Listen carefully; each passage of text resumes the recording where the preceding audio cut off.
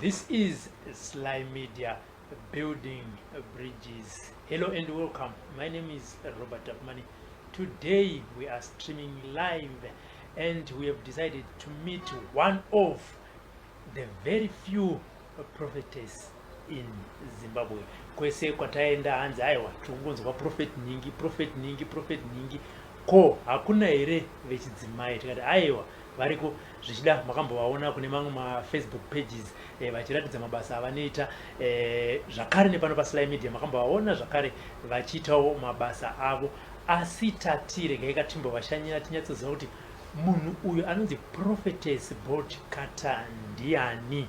Nhasi vari muno mustudio, asi zivai kuti mukalaika kana kufollowa Facebook page yedu pese patinoenda live munoona notification iyo inokuratidzai kuti aiwa pane chirongwa chinonakidza chatanga.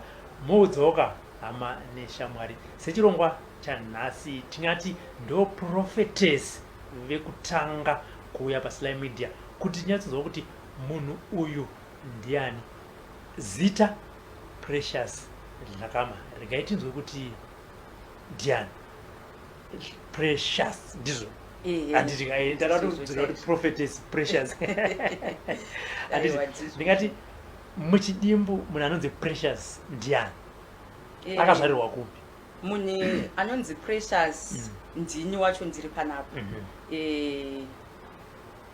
Ndakazvarirwa paHarare Hospital muguta reHarare, asi kumusha tichinobuda nekuchipingoku takazotamira neko, but originally we are from Mozambique.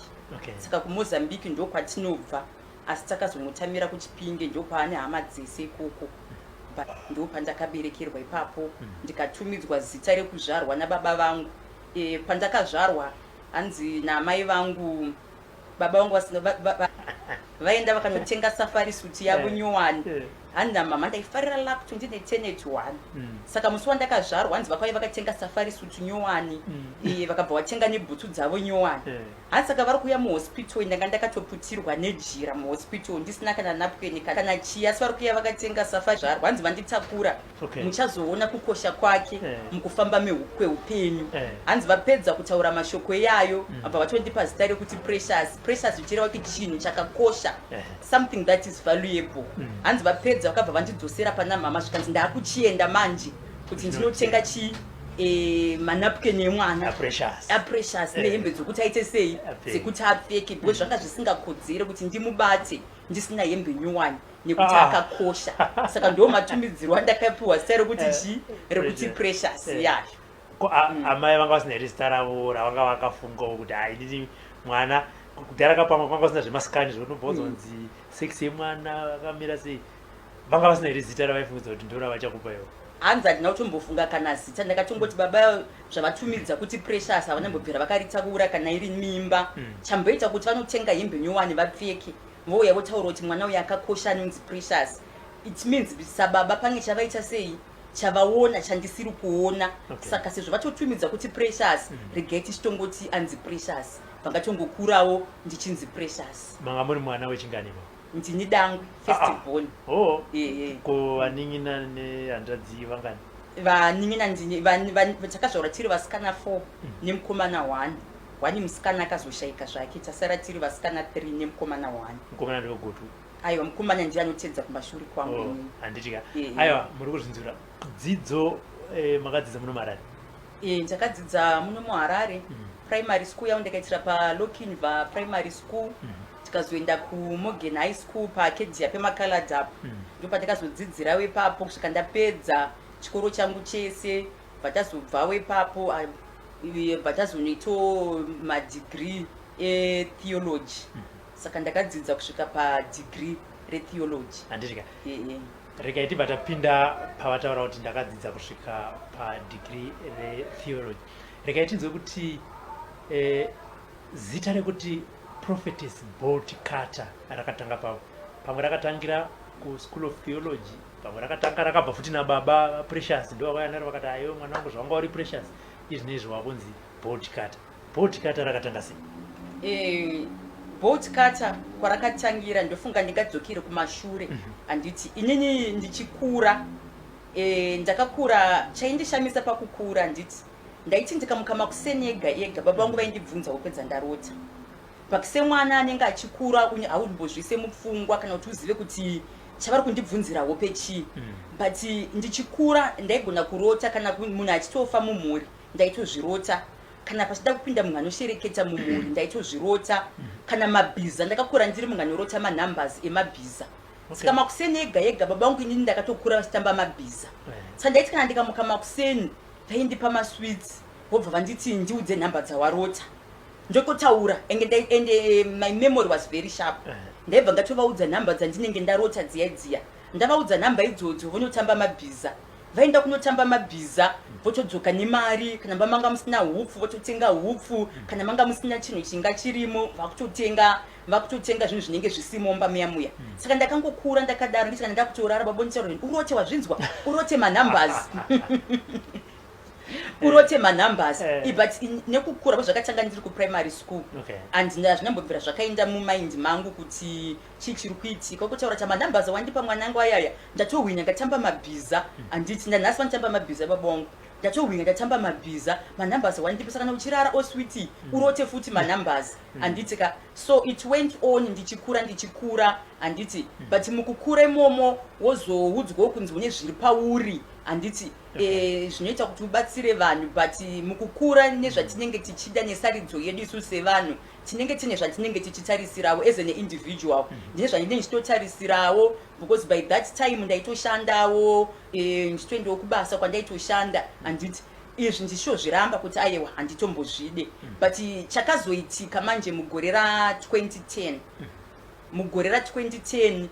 ndazvitakura nemimba yemwana wangu ndakasvika pakurwara but ndarwara ndatombopiwa chiprofita zvikanzi itai basa raMwari ndikati inini zvanditombozvide izvizvi hazvinyatsonditira zvakanaka ndinoona kunge zvisina kadhati mukati anditi but ndakasvika pakurwara nemimba 2010 ndarwara nemimba yakutopinda yange ne5 months 2 weeks pandarwara bakandopinda muchipatara anditi ndarwara ndapinda muchipatara muya madoctors zvikanzi mwana hasisiri mupenyu mudumbu afa ine zvikandisa kutobvisa mwana mudumbu ene ndikabva ndaramba ndikati wangu mwana abviswa saka tikagara 3 days mwana achinzi afira mudumbu apa ndiri paoxygen haisi kukwanisa kutaura ndiri pamadrip handisi kukwanisa kuita anything anditi but ndakaramba kuti mwana aoperatwe abviswe mudumbu but ndaramba kuti mwana aoperatwe abviswe mudumbu chakandishamisa on the 4th day anditi rangwa kuti vada kundiita operation by force kwakauya epastor ndinoza mapastor iye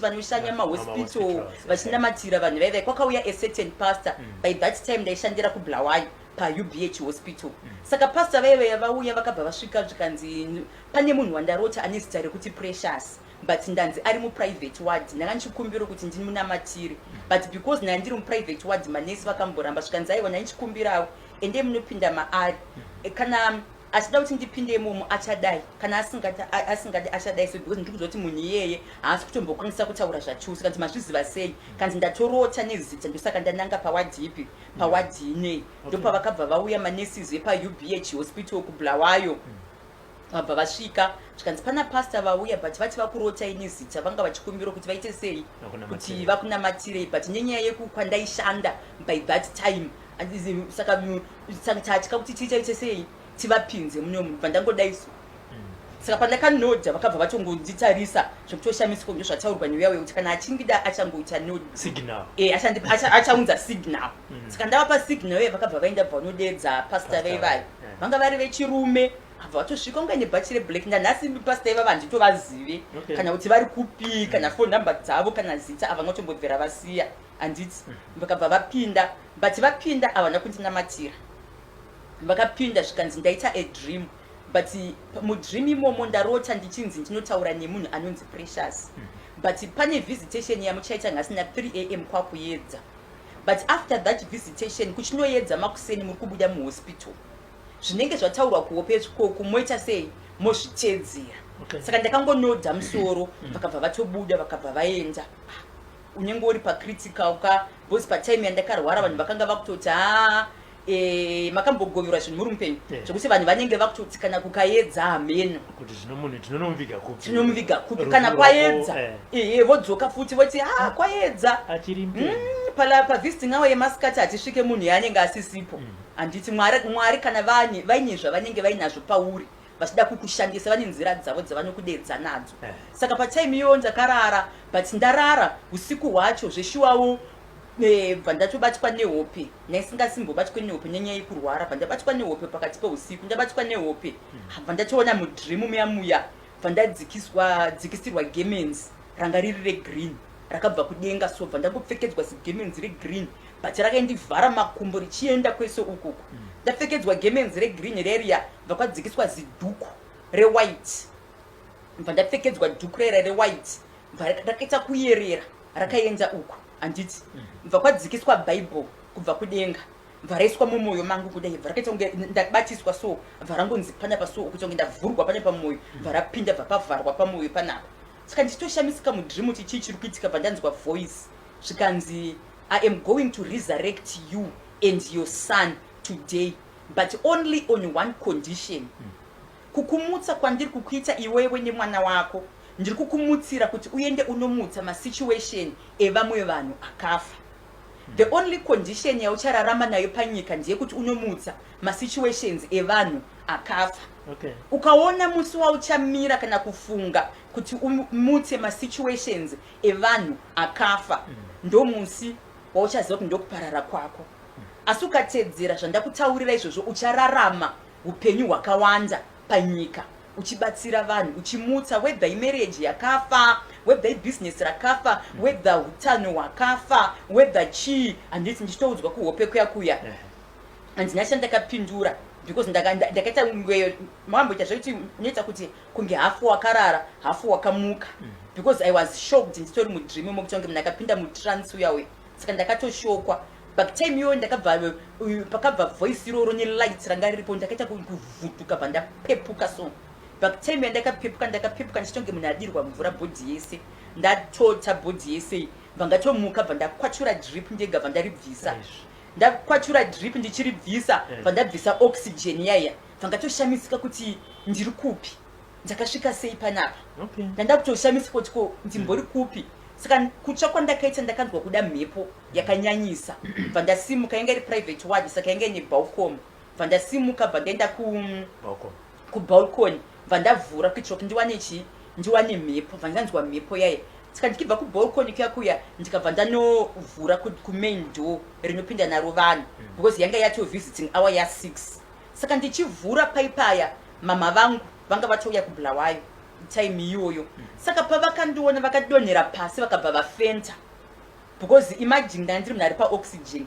ndiri padrip handisi kutaura handisi kudya ndiri kurarama nedrip neoxygen handisi kuita anything saka vakashokwa vakadonha pasi vakafenta manurses vanga vari paraundi yemakuseni iya yamakandibvunza paubh hospital vanokuudzai havakanganwi nezvangu vakabva vatosiya vanhu vaipa mapiritsi vese kumhanya kuuya pandanga ndiri zvikanzi uri right ndikandotobvunza imimi kuti muri right here ndiri kupi ndiri kuite chii panapa zvikanzi manga muri muhospital kanzi muri muhospital munomu but maane 2 weeks muri paoxygen musingaite kana anything saka tinotoshamisika kuti mamuka nei bva ngati ndiri kukumbira mvura yekugeza saka vakada kundibatsirana kuti vanondipinza mutabho ndikati no ndinogeza ndega ndakageza ndakamirirwa nemanesi vachitya kuti munhu anodonha akatiitira zvimwe ndikatogeza because ndainzwa kutsva ndatopedza kugeza vandauya bva vatomhanya kufonera doctor agent doctor abva uya kunditarisa kuheartbeat yemwana agent scan zvikanzi mwana wenyu mupenyu imi hamuna kana problemu hatisitomboziva kuti medication yamanga mapiwa mukada kutosuvisa vanhu panapa tinotosungwa hatisi kuziva kuti ndeyechii mutori right izvezvi munhu ngaadischargwe ndakatodischargwa same day before 10 am vakatobuda muhospital ndikatobuda mwana yeye handina kutozooparetwa but the same doctors ndo vaiti mwana afira mudumbu for 3 days but ndakatobuda muhospital imomo mwana yeye asina kuoparetwa izvezvi atokura ndakabva ndamupa zita rekuti tapiwa nashe prosper ezini kuti tapiwa nashe ndakamupiwa namwari and he should prosper saka ndakamutumidza zita rekuti tapiwa nashe prosper atokura atone 10 years ato grade 4 saka ndo madanirwa ndakaitwa kusvika ndazosvika pandiripo panapa saka mukubatsira vanhu ndo makazonosvika pakubuda zita rekuti because ndakaona kuti anointing iri pandiri kana kuti simba randakapiwa riri pandiri isimba rebhobhojani. Chinonzi bhobhojani handiti munochiziva? Boltcutter area. Rinodembura zvinhu. Haingozoti panosvika Boltcutter rinegotiate. Panosvika Boltcutter kana nyange dai paine riri bhenki rine security yakaita sei. But kana mbavha yasvika ichida kunopaza pabhenki inotora bhobhojani. Because bhobhojani rinongosvika rongogripa rongoti kawaniga. Nyange dai paine cheni yanga yakaita sei rinongosvika richiita sei richingodembura ipapo. Saka ndo pakabva zita rekuti bhobhojani. Ndakatogara mumwe musi handisina ndakatogara mukubatsira vanhu takanamatira vanhu vakanga vari mukoma vari kuSouth Africa neni ndiri kuZimbabwe handiti vachongonzwawo nezvangu bva nganamatira munhu uya abva kuda mukoma batsira vanhu mamarriages evanhu ari kumuka zvinhu zvese varume vevanhu vanenge vaenda vari kudzoka. Saka ndakatongogara zvikanzi unomboziva here kuti simba riri pauri ndere Boltcutter, ndere bhobhojani. Kureva kuti masituations anenge achinzi ane time yakareba achiramba kugadzirisika ayaya panongosvika Boltcutter harisvike richinegotiata, rinongosvika richiita sei richingopaza, rinongosvika richigadzirisa, harina nguva nekunegotiata kuti mimi pane security yakaita sei kana kuti zvinhu zvaane nguva yakaita sei pakadai so. Boltcutter charinongoita bhobhojani rinongosvika richipaza. Ndosaka ukinzi ukaonekwa nebhobhojani mutauni kana kuti mustreet nemapurisa unotosungwa kunzi uri kuite chii naro Boltcutter harichobvumidzwa kufamba naro. Muri kuzvinzwira mega iye zvinezvi taakutaura Prophetess Boltcutter. Tanzwa kuti vakatanga sei kana kuti calling yavo yakauya sei kubva kuna Precious kuenda kuna Prophetess Boltcutter. Munhu wamakatanga kubatsira muchiri kuyeuka, tisingataure zvedu zita rake, muchiri kuyeuka here kuti igore ripi ende ranga riri dambudziko rechii? Sekutaura kwandaita kuti ini ndakangokura ndiri munhu anenge achingoita zvaanenge achiita, but pandingati pandakazonyatsorealiza kuti zveshuwa ndaakunyatsobatsira handiti it was 2012 iyoyo handiti ndakapinda pamutsanyo we40 days uyawe. But ndapinda pamutsanyo we40 days munhu wandakatanga kubatsira munhu anga ari mukoma kuSouth Africa. Munhu anga ari mukoma kuSouth Africa. Vanhu vakafona vakati chikwenda, ndikati mondifonera panguva yevisiting hour handiti ndizomufonera, vakabva vandifonera panguva yevisiting hour ndikabva ndanamatira munhu iyeyo over the phone handiti ari kuCape Town kuSouth Africa. Ndichipedza kunamatira munhu iyeye handiti vandakata phone within 1 hour vabva vandifonera zvikanzi munhu yauya amuka ndanhasi mupenyu. Tichipedza izvozvo ndanamatira munhu yauya the same people ivavo vanga vaine hama yavo aigara kuMebhorini nanhasi vatoriko goge vavo vekuMebhorini, but vakanga vastroka handiti. Saka vakangoerekana vasvika vakangova madirections. Saka ndakatorarama kuseni kuma6 ndakutonzwa dho richitonokwa makuseni ayaya. Ndikati ko ndiani munhu ari kuuya makuseni anaya kwakanaka here? Vangatosvika zvikanzi toda kuonawo pastor. Ndikati ndimani? Zvikanzi tina mama vedu but chavasiya mumota panze apa vakwanise kukwidza masteps. Sezvitogara paflat havakwanise kuita sei kukwidza masteps. Pane vanhu vamakabatsira ngari kumukoma, vanhu ivavo ndo vachiita sei ndo vatirifeya kwamuri. Vandangoti ende munovatora. Saka naishobva kuhope ndangotora Zambia vangatongomonyera Zambia rangu vandapfeka t-shirt rangu ndanditori nedhuku musoro bva vatopindwa navo vangati vanovatakura vangati vagadzikei pasi makrashes avakabatwa ivo vatakurirwana vagadzikwa pasi mudining handiti vachigadzikwa pasi paipaya vandasvika vangatongoita zvandakaita paipaya ndichitoita zvandakaita paipaya bva vatongosimuka bva vatanga kutomhanya ipapo munhu anga ari paralyzed makumbo ese asisafamba saite sei bva vatongosimuka paipaya vachitongosimuka paipaya vakatozobuda pamba vakutofamba makrash pasina nhasi havatorina kana makrash avanofamba navo vakutofamba. Saka ndokutanga kwandakaita ikoko kuti ndizonyatsoziva kuti alright saka zvandiri kuita izvi saka ndo simba racho rebhobhojani riripo iri handiti. Rega ndimbokudzosera kumashure mbichana. Vakawanda vamwe maviewers nevamwewo vanogona kupa macomments ekuti munhu utanzwa achiti kuchipingi ndikumusha kwacho kuchipingi tinongokuziya kana dzakutaurwa nyaya dzekuchipingi obanze kuMozambique futi tingati chiprofita chinotengeke chekuti inini zvangu Robert ndogona kupesa da kuti prophet Boltcutter ndaenda kunotenga kuchipinge kana kumbozi because kwakuna sekuru ndungika pamwana kana kunge wakati amsukuruti akambomba mapowers aya oita uchandire vanhu chinotengeke tisingataura zvenyu tisinganangane kwamuri but semunhu ari mubasa iro rekubatsira vanhu muchingo semaonera munoita semafungira kuti kana kuti semanzwira munoitawo kuti munhu anokwanisa kunotenga masimba ekubatsira vanhu.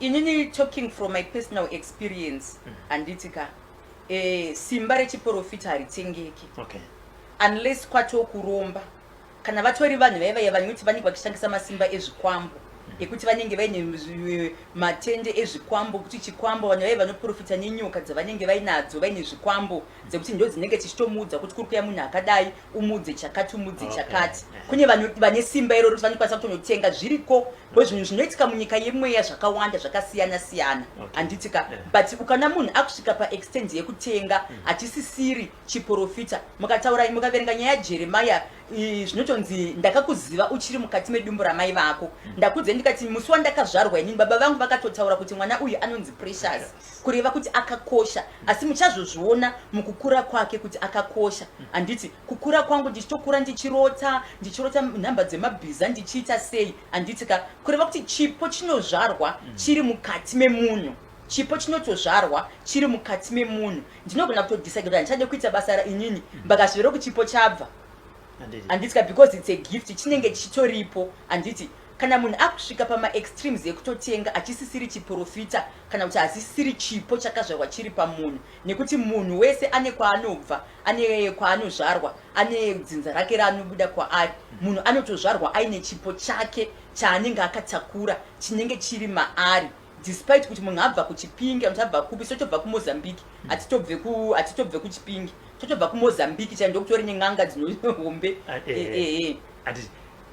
mabuda muchipatara mine pamuviri patapiwa nashi nehope dzamakanga marota ndokusvika kuna baba watapiwa mukati mudiwa inini kuti ndizosvika pandiri kuti ndibude muchipatara pane munhu akauya akandiona akandiudza zvakati ndikazorota kudai makazvigamuchira sei?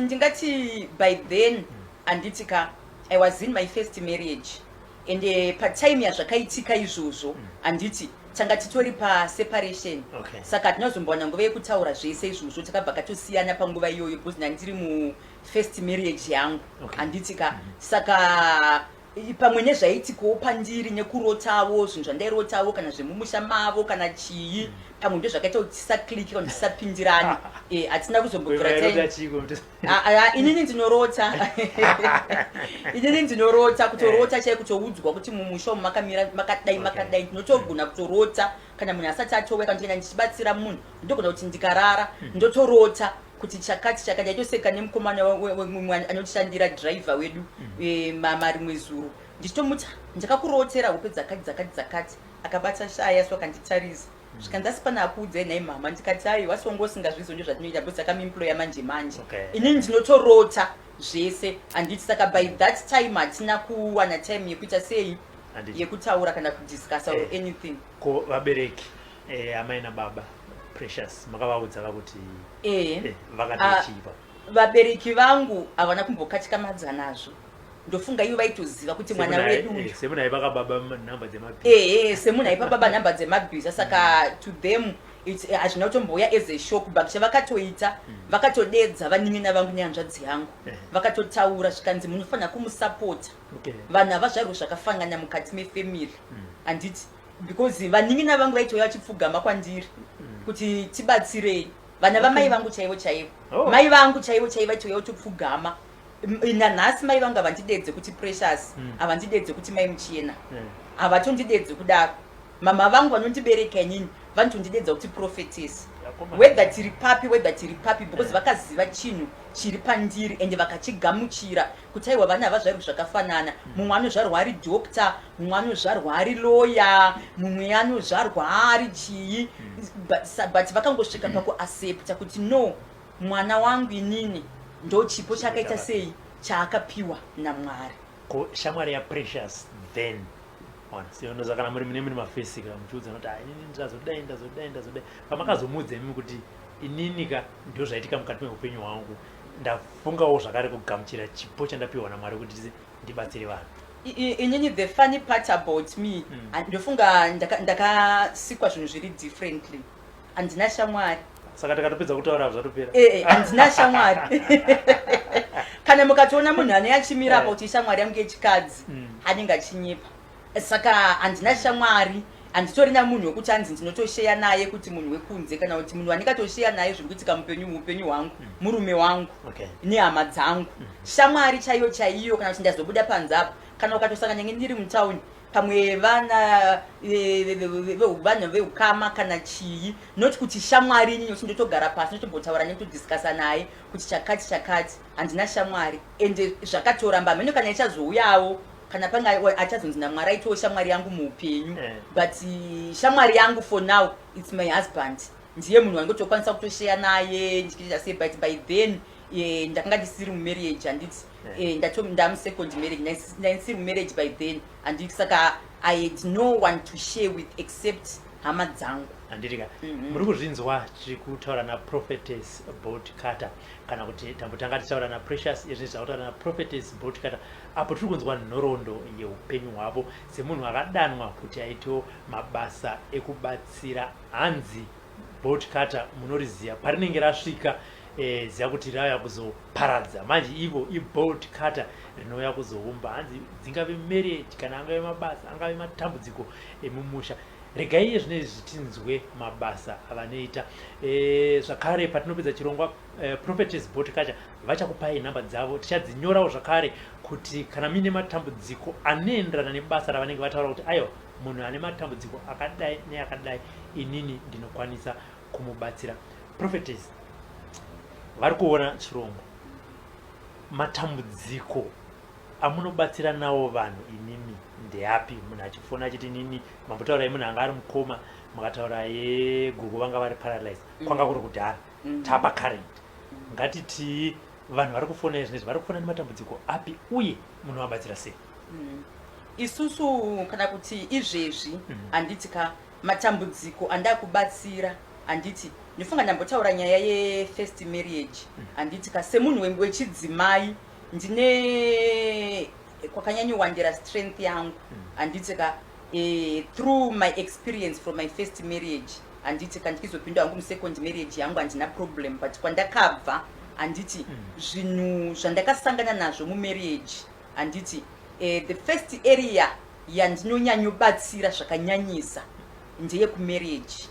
Ndo the first main area iyoyo, whether murume whether mukadzi, because matambudziko emarriage angoitike kuvakadzi chete, anoitika even kuvarume.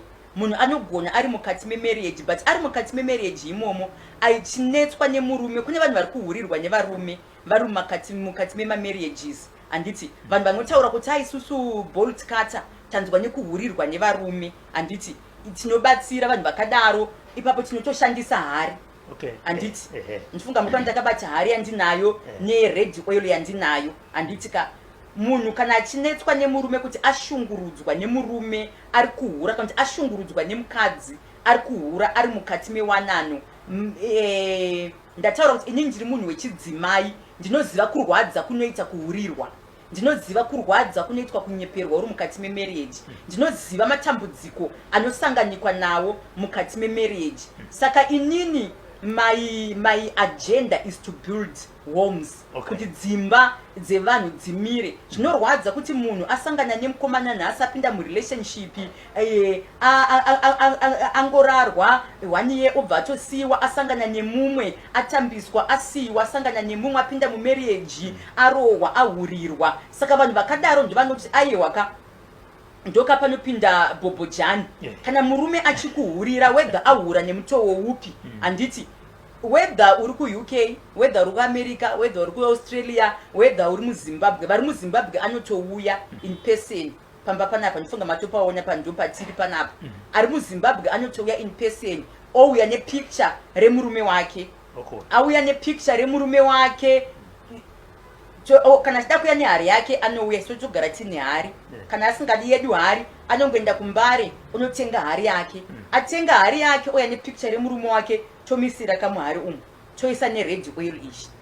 taisa muhari mupicture iyoyo onyora zvaari kuda tozvikisa imomo tobreaka akatobata hari iyoyo anenge asipo ari kudiaspora patinoita process yacho tinorekodha video clip yealter breaking iyoyo for transparency sake kuti aone kuti basa rake raitwa atingoudze nemuromo kuti taita sei taita basa rake kutogona kukunyebera kuti taika tisina kuita ka but tinotorekodha video yekuti taita basa renyu tobva takutumira video clip yako kana munhu ari kunze kwenyika anongotumira picture rake nepicture remurume nemazita nemasenemu nemutupo isu tinodhila nemutupo because munhu kana achinogadzirwa namarwei uku anoshandisirwa mutupo wake saka tinoita mutupo wemunhu kana atumira toisa muhari toita zvatinoita nered oil yedu iyi togadzira kamunhu isu toshandisa hari tinoisa munhu muhari ndo matinoisa imomo wega marelationship wanzwa nematest and pass waneta wauda kuti vedu we dai ndambororwawo munhu wandinayo ngaachitaurawo zvekuroora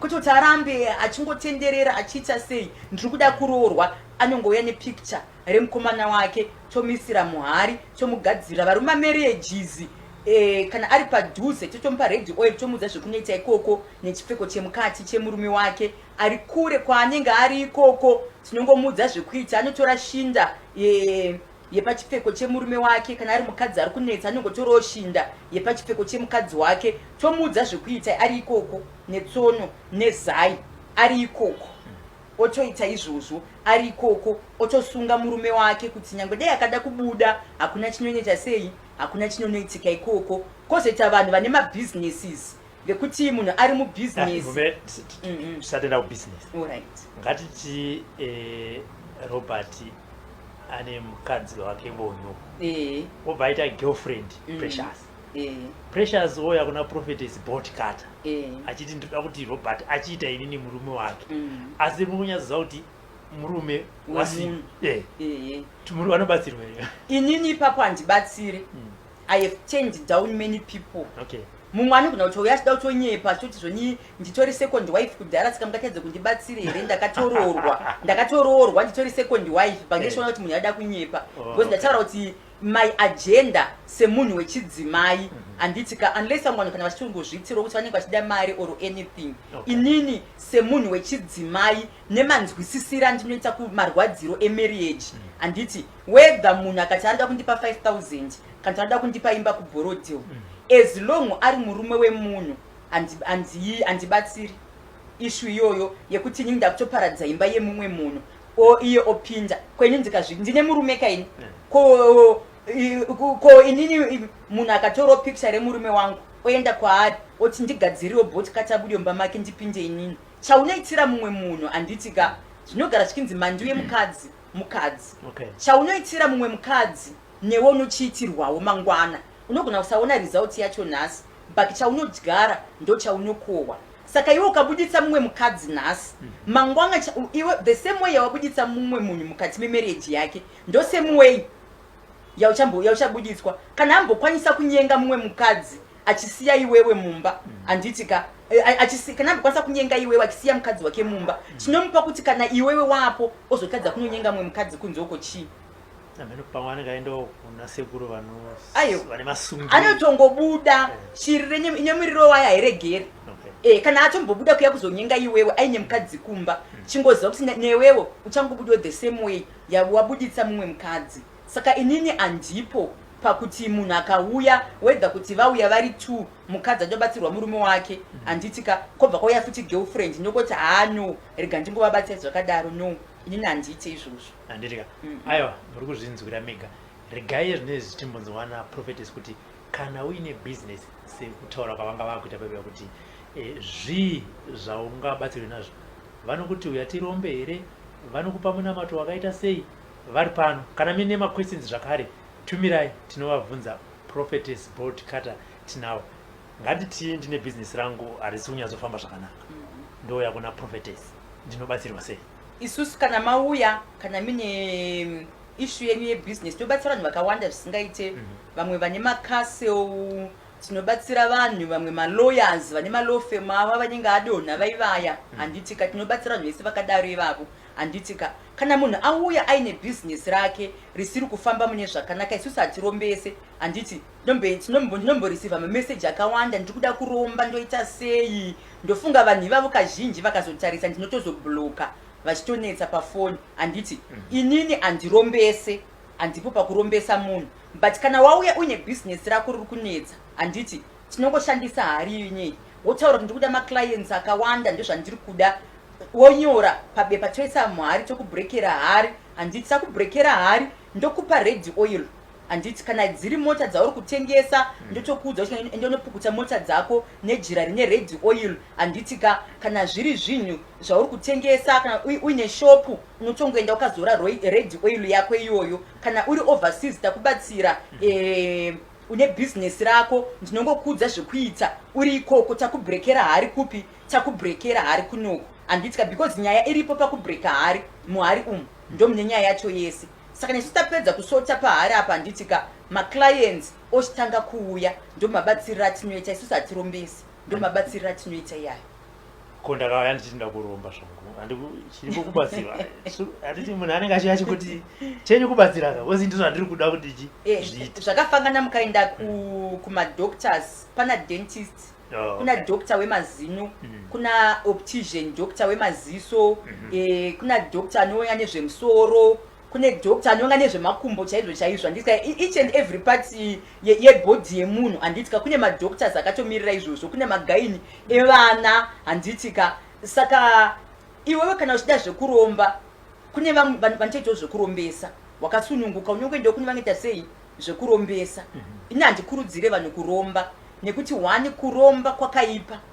ucharomba uchanziuraya mwana wako saka mari yakanyanya kukosha iri kudarika mwana wako uchanziuraya mai vako uchanziuraya baba vako ukaona patongoita zvinhu zvine kudeura ropa mukati because hakuna munhu anoromba asingadeure ropa azviite vazhinji vese vakaromba kana kuti vanoromba vane zvavanotoita zvekudeura ropa saka inini I don't believe mukudeura ropa revanhu saka munhu anenge akasununguka kuti kaunoti kwaBolt kati hakusi kukuitira iwewo nyema expectations ako uri kuda zvekuromba wakasununguka unotsvaga dentist kana unotsvaga optician handiti woenda kune akamirira zvekuromba ikoko wosvika woita sei worombeswa hako.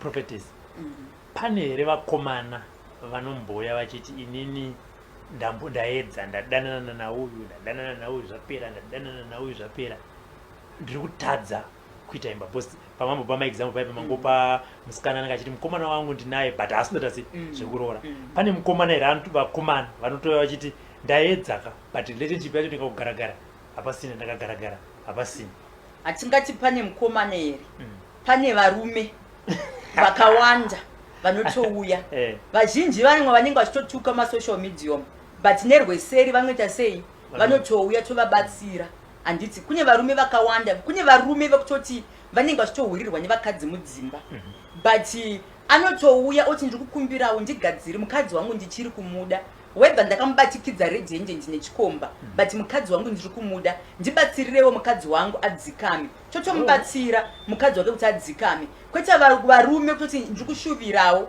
kuti ndipinde mukati memarriage but zviri kuramba ndanzwa Prophetess ndambotenderera vasikana vese but mwe akaenda kwaaenda akaunzwa kunzi mai vangu vanoroya akutondiramba mumwe akaunzwa kunzi chakati ndinoyedza nepasi pandinogona but vasikana vese vandingisangana navo handichazive kuti munyama kuti pane zviri pandiri here varume vanotobatsirwa zvisingaite tinobatsira varume vakawandisa hatizongokwanise hedi tusiri vanhu vane privacy hatife takabuditsa vanhu kuti takabatsira ningi kana kuti nhamba yaningi iyi but varume vakawanda vari kuuya kuzobatsirwa especially kunyaya dzevakadzi nekutogadzira vakadzi vavo kana magirlfriends avo kuti hanzi ndigadzirire mumwe girlfriend yangu asambode mumwe munhu kana kuti girlfriend yangu akandisiya ane mumwe munhu akudangana naye but ndiri kuda kuti adzoke kwandiri tiri kutovabatsira varume kuda kutodzosewo vasikana vavo vanenge vakaenda saka vamwe vanhu vanogona kutozoonererwa kutoshainira mukomana mumwe anenge atoya kwaBolt kati atori serious kuti haruda kutokuroora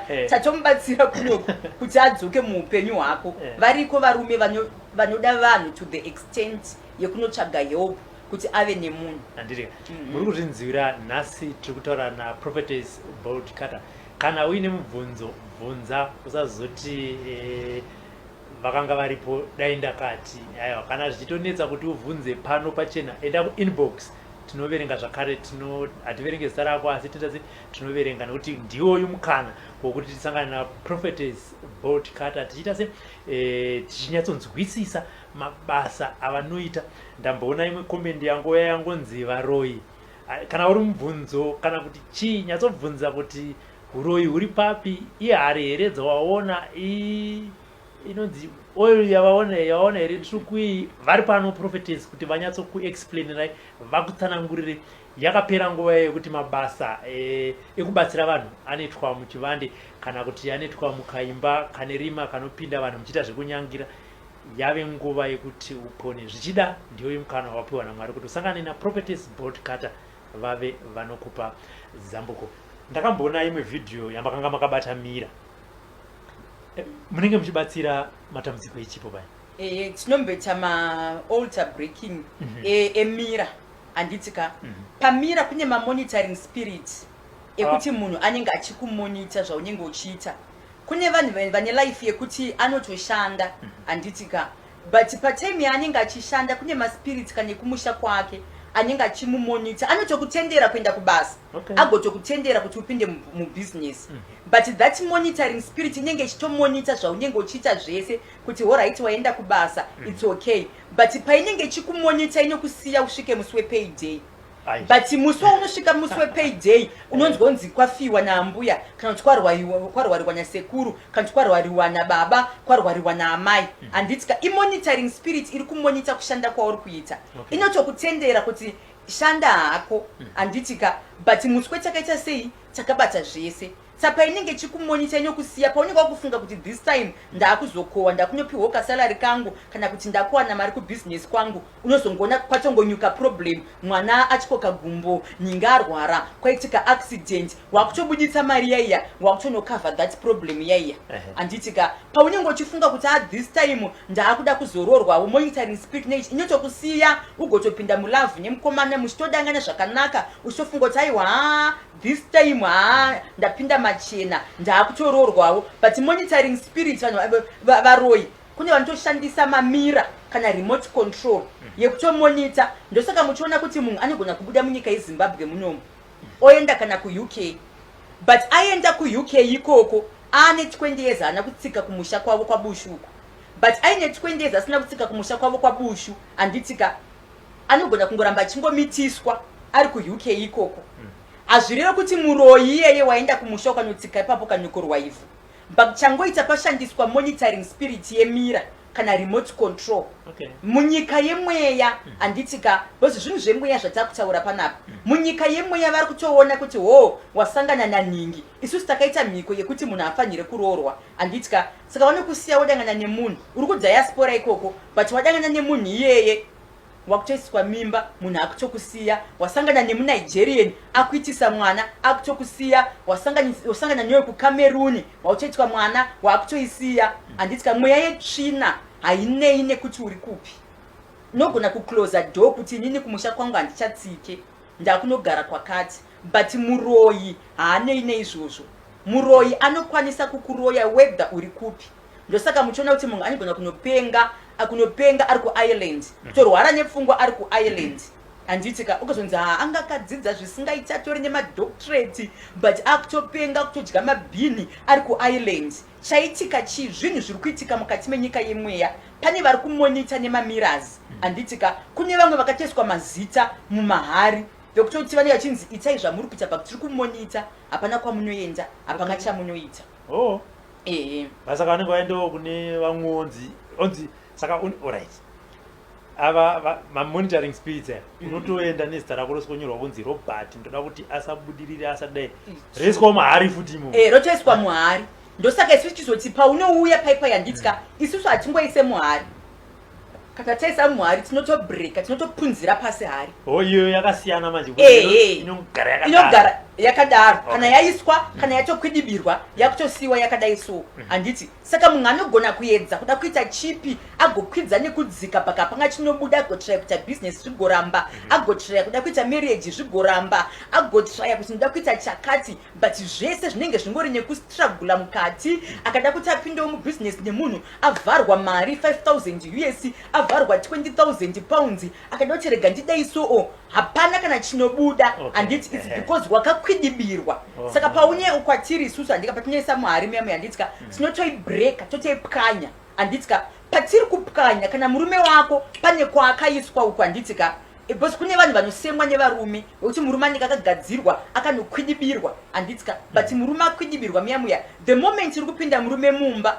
ari kukonengwa akazora tsvina hauna kana zvaunokwanisa kutaura nemurume anything chawada kutaura nemurume handitika vamwe varume vari kubuda kunzoko vonosangana nemagirlfriends vasangana nemagirlfriends vari kushandisa machira ikoko pabonde handiti vasangana pabonde paipaya jira rawasiya kugirlfriends rere kana tauro rawashandisa kugirlfriend pabonde uye uri kuti wasiya kugirlfriends wamuda handitika but munhu ari kusara achitora jira iroro ari kusara achitora tauro rawapukutisa reriya obva aenda unoti shwe obva akwidibira pamwe sei paanokwidibira handiti muri kuona manje saka munhu paakudzokera kumba kune vakadzi vakanaka zvisingaiti hanzvadzi handiti vakadzi vakanaka zvisingaiti ende vanogeza zvisingaiti but ukanotarisa hapana chaanoleka anenge achitogara muborodhi webhuruku handitika but achigara imomo nemanakira anenge akaita nestructure yaanenge ainayo murume anogona kutomusiya agotomusema agotaura zvinengei agopfugama pasapa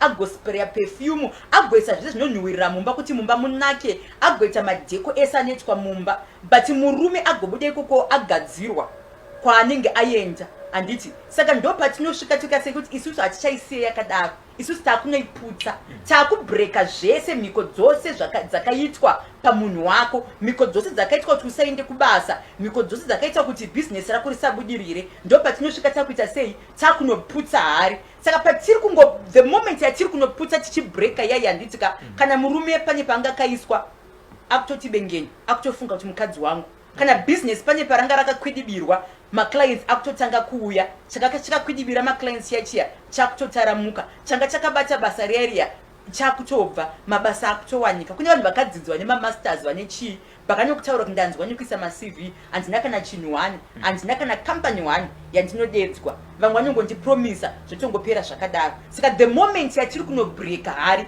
tabreaka zvese zvakaitwa pauri mukati menyika yemweya because zvinhu zvinoitwa munyika yemweya hazvisi zvinhu zvenyama ndogara ndikitaura kuti upenyu hwatinorarama kana nyika yatinorarama zvinhu zvakawandira pamweya lese muri kuona mari yandakabata ishi mumwe munhu anogona kutora mari ishi oenda kumusha utonosiyira munhu kumusha hama uchitofara zvisingaite otomusiyira mari ishi kuti mozoendesa kuchigayo handiti iwe watobvisa nemwoyo wako but munomboziva here kuti mari iri spiritual mari ishi tinongoti currency aiwa haisi currency ndosaka paine inonzi mammon the god of money pange the god of money handiti mari iri spiritual munokwanisa kugadzirwa nemari yenyu mimi yamashanda mukabuditsa muhomwe muchida pamunhu mari kuti mari ishi moendesa kuchigayo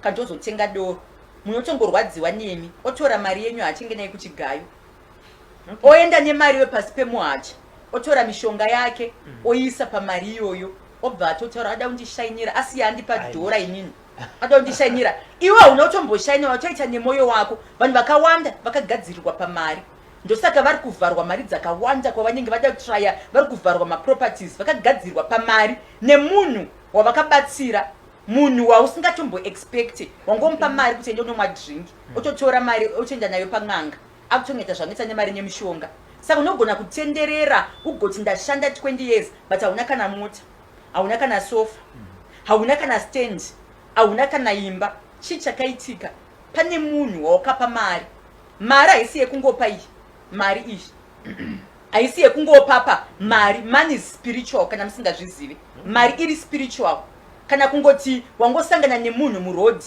pamwe ari kungorwara nepfungwa wotongotora mari wotomupa chamupengesa uchizivi pamwe akasiya ponda munhu kumusha asiyaponda munhu kumusha iwe wakunoimpata paspirit iri pari nekunomupa mari iri spiritual. Saka you should be very careful nemunhu waunoita sei nemunhu waunopa mari iri spiritual. Varume tiri patais woti uri muhari wakaiswa muhari yekuti marriage isafambi, wakaiswa muhari yekuti business isafambi, wakaiswa muhari yekuti wakapa munhu mari uchiti rega nditese ndikubatsire. Saka zvakungoenda nekuti iwewe uri kusangana nedambudziko ripi. Ndiri kuona pamacomments panapa vanhu vari kuti nhamba please, nhamba. Ndo zvandatokunyimirai nhamba izvozvo ndati mumbotanga mateerera Prophetess vaitase vachitaura, nekuti mumwe akangoziva kuti iri ndo dambudziko randiri kusangana naro anobva afona vatori pamhepo iye zvinezvi. Asi aiwa patinopedza nhamba inenge iripo. Prophetess vachakupaiwo nhamba yavo zvakare ivo vachitaura. Musazofonera inini nekuti ndogona kuziva kuti mira ndikuise mahari ndaita tabreka ndokunotenga hari dzangu 4 kumbari ndokunotenga hari dzangu 4 kumbari nditasi ndotitaura ndoisa mahari ndokutumira video sekutaura kwanga wachita. Asi aiwa hatise nhamba dzedu isusu veSlyMedia tinoti Prophetess vanotaura nhamba yavo tozodzinyora kuitira kuti musazoti dzavakataura hadzisiridzo. Prophetess takunopedza chirongwa vanhu vada kubatsirwa nemi vangave vari muno muZimbabwe, vangave vari kuchiweshe kwabushu kwamambotaura kucholocho, vari kuUK, Ireland, USA, munovabatsira sei? Tinovabatsira vari ikoko. Chake munhu kuchongofona ndandasirira kune vamwe vane maissues aye kuti vanotorota nyoka kuhope kwavo, vane maissues ekurota nyoka, kwete vaya vanorota kana mombe dzeblack dzichivamhanyisa. Tinobatsira kuti vanhu vakadaro. Kwete vamwe vanhu vekuti anongodzwa kuvaviwa kana pakati pemusana but haasi kuziva kuti chii chiri kuitika. Mumwe anogona kungonzwa kana kufamba, kana vanhu vane maproblem emamiscarriages vaivai handiti ka vane maproblem embereko. Tinobatsira futi ivavo vane maspiritual attacks, vamwe vanhu vanorota vachiyamwisa iye haatorina mwana mucheche baka anotorota achiyamwisa handiti ka izvozvo zvine zvazvinoaffecta kumarelationship kana kumarriage kana kubusiness kana kukonzera kuti munhu akwanise kana kungovengwa unogona kungopomerwa mhosva pabasa yaunenge usina kuita. Saka vanhu ivavo tinobatsira zvakare. Hazvinei nekuti uri kuUK kana kuti uri kuAmerica kana kuti uri kuAustralia kana kuti uri kupi, distance is not a barrier.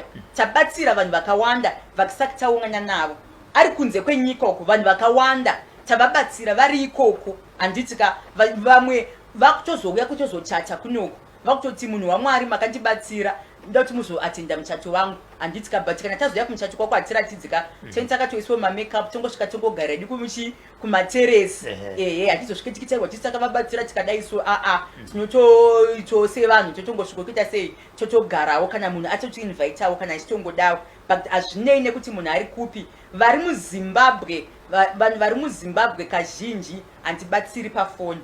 Munhu ari muZimbabwe tinokurudzira kuti ngaauye tomubatsira tichionana. Preference yepafoni tinoipa kuvanhu vari kunze kwenyika. Pafoni munhu ari muZimbabwe kungofona kuita appointment handiti waita appointment yako tokupa address wouya tokubatsira tichionana kwete zvepafoni. Ari kunze kwenyika hapana patingamuchikwire ndege ndo vatinopo preference yekubatsira over the phone. Saka vari kunze kwenyika vakatosununguka anotofona paWhatsApp call kana asina airtime direct call plus direct call inotodhura anotongofona WhatsApp call anotongosenda message kana asenda message anodairwa neautomatic reply. Automatic reply iyoyo ndinozongokuatenda ndokuudza kuti fona nguva dzakati handiti ka dzimwe nguva unogona kufona pamwe ndiri busy hatingomirire kubatsira vanhu cheke. Tine maproject atinoitawo, ndine mhuri like I said kuti nditoriwo married ndine vana. Saka dzimwe nguva mumwe ngozofunda fona 5 times ka ita patience foni yangu inowandirwa. Pamwe time yawafona iyoyo ndanga ndichiatenda kumwana, pamwe ndanichiatendawo kumurume wangu, pamwe ndanichi tine maprojects atinoita, pamwe ndanichiatendawo kumaprojects angu, pamwe time yawafona ndanga ndichidriva mota. But definitely ndikatongoona missed call yako kana kuti ndikaona message yako nyangwe dai zvoita sei handiregedze kuritena, ndinotoritena message yako handingofoni because ndogona kukufonera pamwe pauri hapaite kuti utaure, pamwe wasuda kuzikana kuti wangofona kwandiri ndinotosenda message wototaura kuti I missed your call, if you are free you can call back wotofona. Baima apa namba dzekufona noti ndabvaudza kwandogona kukupa idzamwe. Namba dzekufona plus 263 771 921 976 nichadzokorodza zvakare plus 263 771 921 976. Anditi vanofona nguva unoti vanogona senge vari muno muZimbabwe munogona kuti akanda akati tifone pane nguva dzekufona here kuti vari kuda kubatsirwa anoziva kuti aiwa idzi nguva idzi ndofunga hazviite kuti ndifone. Inini handina nguva yekuti inonzi yaifonwe. Handiti kunze kwemidnight wotarara. Handiti saka kana uri kunze kwenyika tine time difference unofanira kungogedja wekuti time dzinedzi kuZimbabwe nguva dzakati saka rega nditaimiro kwaita sei kwaedza. But any time from 7 o'clock makuseni handiti ka handina time as long wangofoni yako yangu ito through ndiri free ndinotongodaira foni ndotokuatenda ipapo saka handina time yatingati zvoni nguva yakati na7 kusvika na4 kana kuti na7 kusvika na8 from morning kusvika manheru you are free wakatosununguka kufona kana kusenda message ndikuda kuzokufonera iwo ndingafone nguvai ndotokupa time kana uri kunze kwenyika ndaonawo nhamba dzenyu ndikuda kukufonera iwo ndofonawo nguvai ndobva ngatokusendera nhamba ndobva ngatokusendera time yekuti uite sei yekuti ufone. Handitika muri kutinzwira handi Prophetess Boltcutter vatanga chitaura navo pazuva ranhasi matambudziko ari kusangana nevanhu akawandisa uye haapere kana musina kuwana rubatsiro. Nhasi ndosaka tati aiwa regai tipo Prophetess vekutanga kuya paSlyMedia tichinzwa kuti vakatanga nepapi kubva apo vakanzi Precious kusvika iye zvino vakunzi Prophetess Boltcutter zvakawanda vachitaura nhamba dzekuti mufone vakupai mukaona wazosvika ka10 uchifona vasingadaire aiwa ipapo ndo pamunozoya kwatiri muti munhu uye haabatike isusu toziva pekuwabata tinouya futi kuno kutoti ningi ari kuti hamusi kubatika taurai naye pano. Prophetess mashoko enyu kupedzisira kuvanhu vakateerera vanga vakateerera. Mashoko angu ekupedzisira panhu vanga vakateerera indogara ndichitaura kuti ndiri mukadzi ane nharo. Ndofunga kazhinji munongoona ari maprofita echirume vanongonzi ndo vanobatsira kana kuti chakati. Not meaning kuti hakuna vakadzi vakadanwa kunzoku vanotobatsira vatoriko vakadzi vakatodanwa. Saka nyaya haisi yekuti inoda kubatsirwa nemunhu wechirume kana kuti munhu wechikadzi. Handiti ndanotaura kana kuti ndo Prophetess vekutanga wechikadzi auya paSlyMedia. Handiti handizive kuti fiye here kana kuti chii chinobata vanhu vechidzimai. Handiti but mashoko angu andinotaura ndeyekuti indinogara ndichitaura kuti ndiri mukadzi ane nharo ndofunga mandiona ndiri mupfupi zvisingaite. Handiti but neupfupi hwangu ndiri munhu ane nharo. Kwete nharo dzekuti tirwe kana zvibhakera asi ndatomborwa upenyu hwangu hwese kusvika pandiri panapa handisati ndamborwa nemunhu but ndiri munhu ane nharo dzekuti hakuna chinonzi chinoramba. Amai vangu vanogara vachitaura saying yekuti munhu haasekwe achiri mupenyu. As long munhu achiri mupenyu hakuna situation isingagadzirisike. Whether imarriage yanetsa hakuna marriage isingagadzirisike. Whether hutano hwanetsa ndo panopinda bhobhojani ipapo. Whether i-business radona zvinengei ndo panopinda bhobhojani. Whether chii chanetsa inini nditori nenharo kuti zvinonzi nenyika hazvigoneke ndo zvandiri kutoda izvozvo. Zvinonzi ayewa inini bhobhojani ndamboedza mamarriage hapana chinoramba vana 5 different fathers. Ini ndinokutaura kuti ndine nharo ndoda kuona kuti haupinde here mumarriage. Kana zvaura ni business ndaneta hapasisina ndo zvandine nharo nazvo. Saka mashoko angu ndeyekuti izvoni inini ndiri mukadzi ane nharo mudikani. Whether iproblem ipi iri kukunetsa kana iri kukutemesa musoro hakuna chinhu chisingagadzirisike. Munhu haasekwe achiri mupenyu. Watisingakwanise kubatsira munhu apinda pasi 6 feet anzi amuguva. But as long uchiri mupenyu uchitorarama no matter wasangana nezvinorwadza sei no matter washungurudzwa sei hakuna chinhu chisingagadzirisike muupenyu hwako. Prophetess vanga vakutoparidza